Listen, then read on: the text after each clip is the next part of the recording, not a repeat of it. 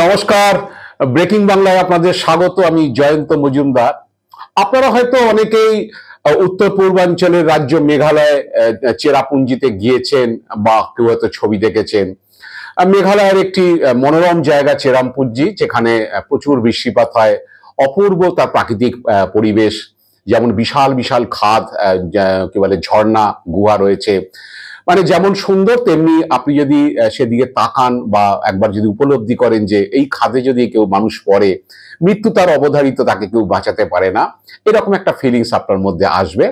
আর পাহাড়ি খাদ অনেক জায়গাতেই আছে, তবুও আমি এই চেরাপুঞ্জির বিষয়টা উল্লেখ করলাম। একটা অপরূপ মনোরম জায়গা, কিন্তু পড়ে একবার গেলে তার থেকে রক্ষা পাওয়ার কোনো জায়গা বোধহয় থাকে না মানুষের, এরকম একটা উপলব্ধি হয়। আপনারা যারা গিয়েছেন বা যারা ছবিতে দেখেছেন তারা নিশ্চয়ই এটা উপলব্ধি করতে পারবেন। আর আমি কেন তার উপমাটা টেনেছি সেই কারণে বলছি যে বঙ্গ বিজেপির প্রাক্তন রাজ্য সভাপতি দিলীপ ঘোষ সম্ভবত সেই রকম ওই চেরাপুঞ্জির খাদেই পড়েছেন। তাকে তোলার বোধহয় এখন আর কেউ নেই, কারণ আপনারা জানেন যে গতকাল শুক্রবার সকাল থেকে একটি ভিডিও ভাইরাল হয়েছিল, যেখানে একজন পুরুষ এবং একজন মহিলার কিছু যৌনতার দৃশ্য দেখা গিয়েছিল। এবং সেই ভিডিওটি ভাইরাল হয়। ভাইরাল হওয়ার পর থেকে সেখানে বলা হয়েছিল যে ঘোষবাবুর কীর্তি, এবং তিনি নাকি বিজেপি বা আরএসএস তিনি করেন, তাদের নেতা। তো এরকম ভাবে ভিডিওটা ভাইরাল হয়েছিল। তো আমি সেই ভিডিও করেও ছিলাম সে বিষয়টা নিয়ে। তো যেটা যা বলা সেটা হলো যে ওই ভিডিও ভাইরাল হওয়ার পরে আমি শুক্রবার রাতে দেখলাম যে একটি ইউটিউব চ্যানেলে দিলীপ ঘোষ, বঙ্গ বিজেপির রাজ্য সভাপতি দিলীপ ঘোষ, তাকে জিজ্ঞাসা করা হয়েছিল যে ভিডিওটি ভাইরাল হয়েছে সেই ভিডিওটি তার কিনা, বা তার সেখানে তারপর প্রতিক্রিয়া জানতে চাওয়া হয়েছিল। তো সেই চ্যানেলে দিলীপ ঘোষ প্রতিক্রিয়া দেওয়ার সময় বলেছেন যে এটি ফেক, এবং তার বক্তব্য ছিল যে দিলীপ ঘোষের বক্তব্য, সব অস্ত্র ভোতা হয়ে গেছে, এটাই শেষ অস্ত্র ছিল, তো সময় বলবে, লড়াই চলবে। তিনি সেই প্রতিবেদককে জানিয়েছেন এবং বলেছেন যে আমার লড়াইটা আমি নিজেই লড়বো, কারণ এর পিছনে অনেক কারণ আছে। আমাকে ব্যক্তিগতভাবে আক্রমণ করা হয়েছে, তাই আমি এটাতে পার্টিকে ইনভলভ করবো না, আমি ব্যক্তিগতভাবেই সেই লড়াই চালাবো। এবং দিলীপ ঘোষ যোদ্ধা, দিলীপ ঘোষ পিছন থেকে কাউকে আক্রমণ করে না, তরোয়াল চালালে সামনে থেকেই করে। এবং দিলীপ ঘোষ কাউকে পিছন থেকে ছুরি মারে না, সামনে থেকেই লড়াই করে। এবং তিনি আইনি পদক্ষেপ করবেন, একাধিকভাবেই তিনি আইনি পদক্ষেপ করবেন, পুলিশে অভিযোগ জানাবেন এবং আইনি ব্যবস্থা জানাওয়ার নেবেন, এইরকম ধরনের প্রতিক্রিয়া তিনি দিয়েছিলেন যে ওই ভিডিওটা দিলীপ ঘোষ। এবং তিনি বলেছিলেন যে তার পেছনে ষড়যন্ত্র হয়েছে, এবং কারা ষড়যন্ত্র করেছেন তিনি ফিল করতে পারছেন। তার যে সহধর্মিনী রিঙ্কু মজুমদারও কিছু প্রতিক্রিয়া দিয়েছিলেন সেই চ্যানেলকে, এবং তাদের পরিষ্কার বক্তব্য যে পার্টির মধ্যেই কেউ দিলীপ ঘোষের জনপ্রিয়তাকে সহ্য করতে না পেরে তারা এই ধরনের যে জিনিস ছড়িয়েছে, এইগুলো তাদের বক্তব্য ছিল। তো আমি তারপরে যে গতকাল থেকেই আজকের পর্যন্ত বিজেপির অনেক নেতার সঙ্গে কথা বলার চেষ্টা করেছিলাম, তাদের পরিষ্কার বক্তব্য যে দিলীপ ঘোষের বা দিলীপ ঘোষকে নিয়ে বা দিলীপ ঘোষকে উদ্দেশ্য করে বা যেভাবে হয়েছে যে ঘোষবাবুর কীর্তি বলে যেটা ছড়িয়েছে, এই বিষয়ে পার্টির বক্তব্য যে কেউ যাতে কোনো রকম এই নিয়ে কোনো মন্তব্য কেউ না করে, কারণ এটা ভাইরাল হয়েছে, এটা কে করেছে কারা করেছে সেটা তদন্তের বিষয়। এবং সেখানে পার্টি যাতে কেউ কোনো মন্তব্য কেউ না করেন, সেটা দিলীপবাবু বিষয়টা বুঝে নেবেন। পরিষ্কার বোঝা যাচ্ছে যে পার্টি কিছুটা হাত ধুয়ে নিয়েছে, কারণ পার্টি এর মধ্যে কোনো ইনভলভ হতে চাইছেন না। যে পার্টির রাজ্য নেতারা সকলকেই প্রায় এই ধরনের ইনস্ট্রাকশন দিয়েছেন যে কেউ যেন কোনো সংবাদ মাধ্যমে কোনো প্রতিক্রিয়া না দেয়। তাতে এটা বোঝা যাচ্ছিল যে দিলীপ ঘোষ কে নিয়ে যে স্ক্যান্ডালটা ছড়িয়েছে, এটা দিলীপ বাবুকেই সামলাতে হবে বা দিলীপ বাবুকেই বোঝাপড়া করতে হবে। সেটা তিনি আদালতে যান, তাকে রাজনৈতিকভাবে মেলাইন করা হয়েছে সেই অভিযোগ নিয়ে, বা পুলিশে যান, সেই বিষয়টাতে পার্টি কোনোভাবে ইনভলভ হবে না।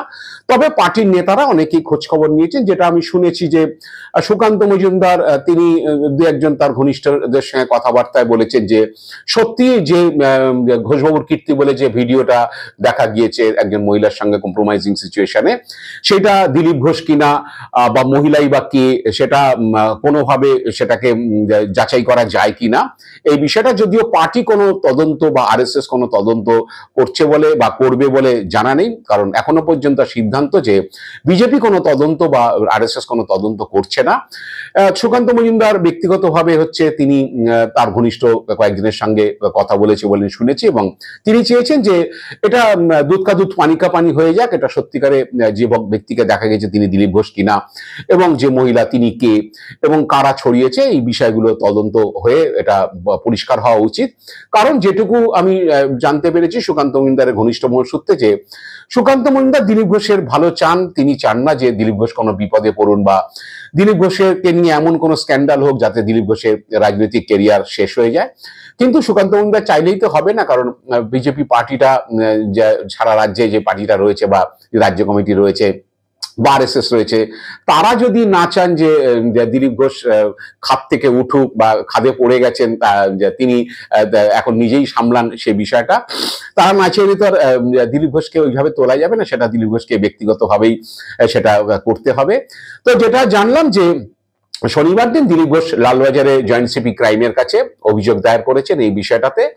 তিনি অভিযোগপত্রে পরিষ্কার করেছেন যে তাকে রাজনৈতিকভাবে মেলাইন করার জন্য কেউ হচ্ছে এই ধরনের এটা করেছে, এই ষড়যন্ত্রটা করেছে, এবং পুলিশ সেইটা তদন্ত করুক, থরো ইনভেস্টিগেশন করুক, করে কারা এই বিষয়টা করেছে, কারা ছড়িয়েছে এটা পুলিশ ডিটেক্ট করুন, এবং যারা এটা করেছে এই ষড়যন্ত্র তাদের বিরুদ্ধে হচ্ছে পুলিশ আইনানুগ ব্যবস্থা নিক, এই বলে তিনি সাইবার ক্রাইম যে পুলিশ স্টেশন তাকে এবং জয়েন্ট সিভিক ক্রাইমকে উদ্দেশ্য করে সেই চিঠি লিখেছেন, এবং সেই চিঠির কপি পুলিশ কমিশনার এবং হচ্ছে ডিজিপি, যে রাজ্য পুলিশের ডিজিপি, তাকেও হচ্ছে কপি সেন্ড করা হয়েছে।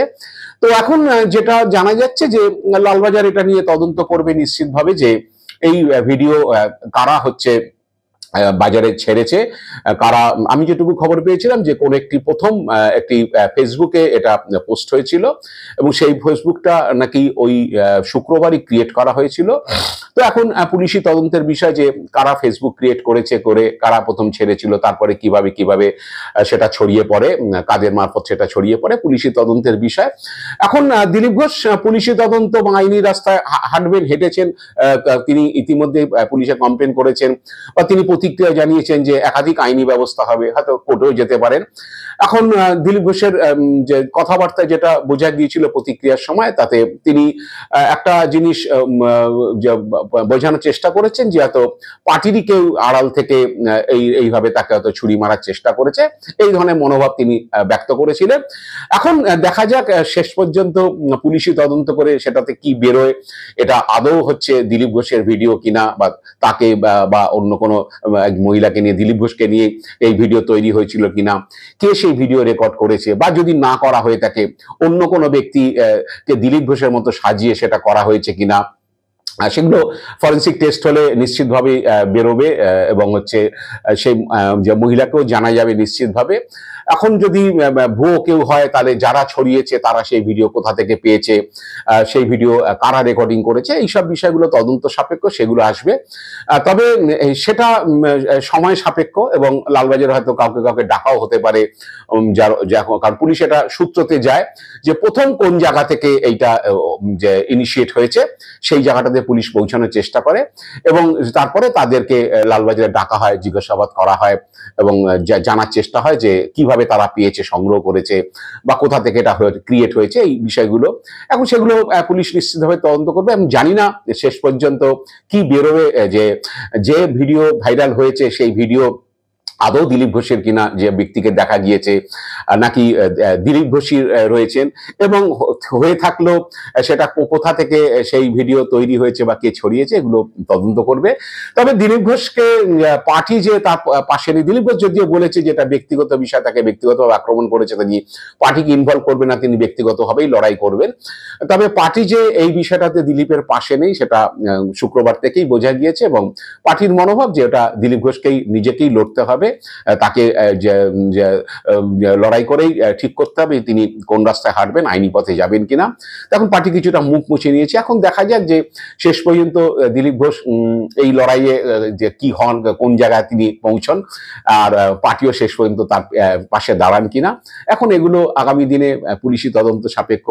দিলীপ ঘোষ শেষ হাসি হাসবেন কিনা, নাকি তিনি যে খাদে পড়ে গেছেন সেই খাদ থেকে তাকে সত্যি আর তোলার কিছু নেই, কারণ হচ্ছে যেভাবে ইমেজ তার ড্যামেজ হয়েছে সেই ড্যামেজ তিনি কিভাবে মোকাবিলা করবেন, যদি সত্যি সত্যি তারই ভিডিও হয়ে থাকে এবং কারা ছড়িয়েছে কি ছড়িয়েছে, সত্যি সত্যি দিলীপ ঘোষকে রাজনৈতিকভাবে মেলাইন করার জন্য সেটা করা হয়েছে কিনা, এগুলো ভবিষ্যৎ বলবে।